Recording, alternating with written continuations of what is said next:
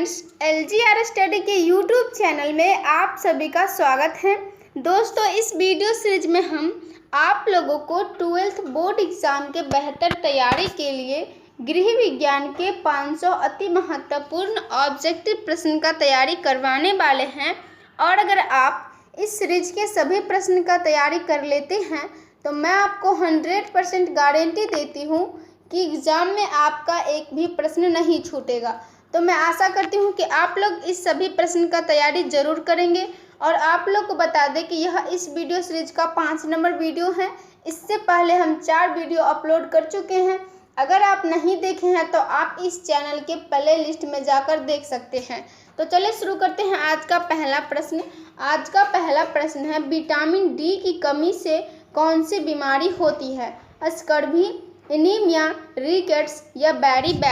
दोस्तों, आप लोग को बता दें यहाँ पर जो सही आंसर होगा सी आपका बिल्कुल ही सही आंसर होगा, क्योंकि विटामिन डी की कमी से रिकेट्स नाम की बीमारी होती है। अगले प्रश्न की ओर बढ़ते हैं और अगला 2 नंबर प्रश्न है, सूर्य की रोशनी प्रदान करता है। इस प्रश्न के द्वारा पूछा जा रहा है कि सूर्य की रोशनी हमें क्या प्रदान करता है? Vitamin A, vitamin B, vitamin C या विटामिन डी। दोस्तों, आप लोग को बता दें यहाँ पे जो सही आंसर होगा डी आपका बिल्कुल ही सही आंसर होगा, क्योंकि सूर्य की रोशनी विटामिन डी प्रदान करता है। अगले प्रश्न की ओर बढ़ते हैं और अगला 3 नंबर प्रश्न है, विटामिन सी की कमी से कौन सी बीमारी होती है? इस प्रश्न के द्वारा पूछा जा रहा है कि विटामिन सी की कमी से कौन सी बीमारी होती है? रतौंधी, स्कर्वी, एनीमिया या बैरी। दोस्तों, आप लोग को बता दें इन सभी में से जो सही आंसर होगा बी आपका बिल्कुल ही सही आंसर होगा, क्योंकि विटामिन सी की कमी से स्कर्वी नाम की बीमारी होती है। अगले प्रश्न की ओर बढ़ते हैं और अगला 4 नंबर प्रश्न है, निम्नलिखित में से कौन सा पोषणहीनता से संबंधित रोग है? इस प्रश्न के द्वारा पूछा जा रहा है कि निम्नलिखित में से कौन सा पोषणहीनता से संबंधित रोग है? इन्फ्लुएंजा, ब्रोंकाइटिस, एनीमिया या मलेरिया। दोस्तों, आप लोग को बता दें यहाँ पर जो सही आंसर होगा सी आपका बिल्कुल ही सही आंसर होगा, क्योंकि एनीमिया रोग जो है वो पोषणहीनता से संबंधित रोग हैं। अगले प्रश्न की ओर बढ़ते हैं और अगला 5 नंबर प्रश्न है, प्रोटीन की कमी से बच्चों में कौन सा रोग होता है? इस प्रश्न के द्वारा पूछा जा रहा है कि प्रोटीन की कमी से बच्चों में कौन सा रोग होता है? अंधापन, क्वाशियोरकर, रिकेट्स या पोलियो। दोस्तों, आप लोग को बता दें यहाँ पर जो सही आंसर होगा बी आपका बिल्कुल ही सही आंसर होगा, क्योंकि प्रोटीन की कमी से बच्चों में क्वाशियोरकर नाम की रोग होता है। अगले प्रश्न की ओर बढ़ते हैं और अगला 6 नंबर प्रश्न है, भोजन में आयोडीन की कमी से कौन सी बीमारी होती है? इस प्रश्न के द्वारा पूछा जा रहा है कि भोजन में आयोडीन की कमी से कौन सी बीमारी होती है?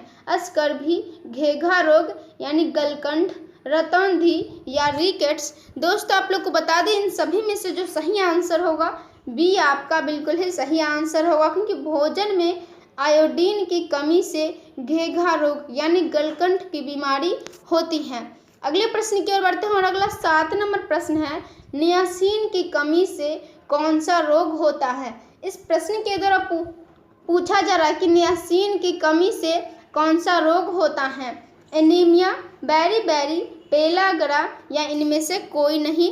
दोस्तों, आप लोग को बता दें इन सभी में से जो सही आंसर होगा सी आपका बिल्कुल ही सही आंसर होगा, क्योंकि नियासिन की कमी से पेलाग्रा का रोग होता है। अगले प्रश्न की ओर बढ़ते हैं और अगला 8 नंबर प्रश्न है, 13 से 15 वर्ष के लड़के को प्रतिदिन कितनी कैलोरी की आवश्यकता होती है? 2200, 2450, 1800 या 3000। इन सभी में से जो सही आंसर होगा बी आपका बिल्कुल ही सही आंसर होगा, क्योंकि 13 से 15 वर्ष के लड़के को प्रतिदिन 2450 कैलोरी की आवश्यकता होती है। अगले प्रश्न की ओर बढ़ते हैं और अगला 9 नंबर प्रश्न है, क्षय अवस्था में कितनी अतिरिक्त कैलोरी की आवश्यकता होती है? 200, 500, 700 या 900। दोस्तों, आप लोग को बता दें इन सभी में से जो सही आंसर होगा सी आपका बिल्कुल ही सही आंसर होगा, क्योंकि क्षय अवस्था में 700 अतिरिक्त कैलोरी की आवश्यकता होती है। अगले प्रश्न की ओर बढ़ते हैं और अगला 10 नंबर प्रश्न है, गर्भवती स्त्री को कितनी कैलोरी की आवश्यकता होती है? 1000 कैलोरी प्रतिदिन, 2000 कैलोरी प्रतिदिन, 2200 से 2800 कैलोरी प्रतिदिन, या इनमें से कोई नहीं। दोस्तों आप लोग को बता दें इन सभी में से जो सही आंसर होगा सी आपका बिल्कुल ही सही आंसर होगा, क्योंकि गर्भवती स्त्री को 2200 से 2800 कैलोरी प्रतिदिन आवश्यकता होती है।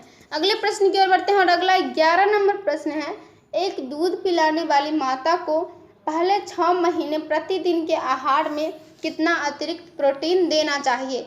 इस प्रश्न के द्वारा पूछा जा रहा है कि एक दूध पिलाने वाली माता को पहले 6 महीने प्रतिदिन के आहार में कितना अतिरिक्त प्रोटीन देना चाहिए। 10 ग्राम, 15 ग्राम, 17 ग्राम या 25 ग्राम। दोस्तों आप लोग को बता दें इन सभी में से जो सही आंसर होगा बी आपका बिल्कुल ही सही आंसर होगा, क्योंकि एक दूध पिलाने वाली माता को पहले 6 महीने प्रतिदिन के आहार में 15 ग्राम अतिरिक्त प्रोटीन देना चाहिए। अगले प्रश्न की ओर बढ़ते हैं और अगला 12 नंबर प्रश्न है, भोजन में पोषक तत्वों की कमी से होता है। इस प्रश्न के द्वारा पूछा जा रहा है कि भोजन में पोषक तत्वों की कमी से क्या होता है। कुपोषण, क्वाशियोरकर, बेरी या इनमें से कोई नहीं। दोस्तों आप लोग को बता दें इन सभी में से जो सही आंसर होगा ए आपका बिल्कुल ही सही आंसर होगा, क्योंकि भोजन में पोषक तत्वों की कमी से कुपोषण होता है। अगले प्रश्न की ओर बढ़ते हैं और अगला 13 नंबर प्रश्न है, संतुलित आहार न ग्रहण करने से क्या प्रभाव पड़ता है। इस प्रश्न के द्वारा पूछा जा रहा है कि संतुलित आहार न ग्रहण करने से क्या प्रभाव पड़ता है। शारीरिक शक्ति की क्षीणता, भार में कमी, कमजोरी या उपयुक्त सभी। दोस्तों आप लोग को बता दें इन सभी में से जो सही आंसर होगा डी आपका बिल्कुल ही सही आंसर होगा, क्योंकि उपयुक्त सभी संतुलित आहार न ग्रहण करने से इनमें से सभी पर प्रभाव पड़ता है। अगले प्रश्न की ओर बढ़ते हैं और अगला 14 नंबर प्रश्न है, 25 से पीड़ित बच्चे को दिया जाना चाहिए। इस प्रश्न के द्वारा पूछा जा रहा है कि 25 से पीड़ित बच्चे को क्या देना चाहिए। दूध, चीनी युक्त गर्म पानी, नमक युक्त ठंडा पानी या नमक तथा चीनी युक्त पानी का घोल। दोस्तों आप लोग को बता दें यहाँ पे जो सही आंसर होगा डी आपका बिल्कुल ही सही आंसर होगा, क्योंकि 25 से पीड़ित बच्चे को नमक तथा चीनी युक्त पानी का घोल दिया जाना चाहिए। अगले प्रश्न की ओर बढ़ते हैं और अगला 15 नंबर प्रश्न है, जीवन रक्षक घोल उपयोगी है। इस प्रश्न के द्वारा पूछा जा रहा है कि जीवन रक्षक घोल किसमें उपयोगी है। पोलियो में, डायरिया में, उपयुक्त दोनों में या इनमें से कोई नहीं। दोस्तों आप लोग को बता दें इन सभी में से जो सही आंसर होगा बी आपका बिल्कुल ही सही आंसर होगा, क्योंकि जीवन रक्षक घोल डायरिया में उपयोगी है। अगले प्रश्न की ओर बढ़ते हैं और अगला 16 नंबर प्रश्न है, निर्जलीकरण के कारण मरने वाले रोगी को क्या पिलाकर बचाया जा सकता है। ORS घोल, उबला पानी, चाय या नींबू पानी। दोस्तों आप लोग को बता दें इन सभी में से जो सही आंसर होगा ए आपका बिल्कुल ही सही आंसर होगा, क्योंकि निर्जलीकरण के कारण मरने वाले रोगी को ORS का घोल पिलाकर बचाया जा सकता है।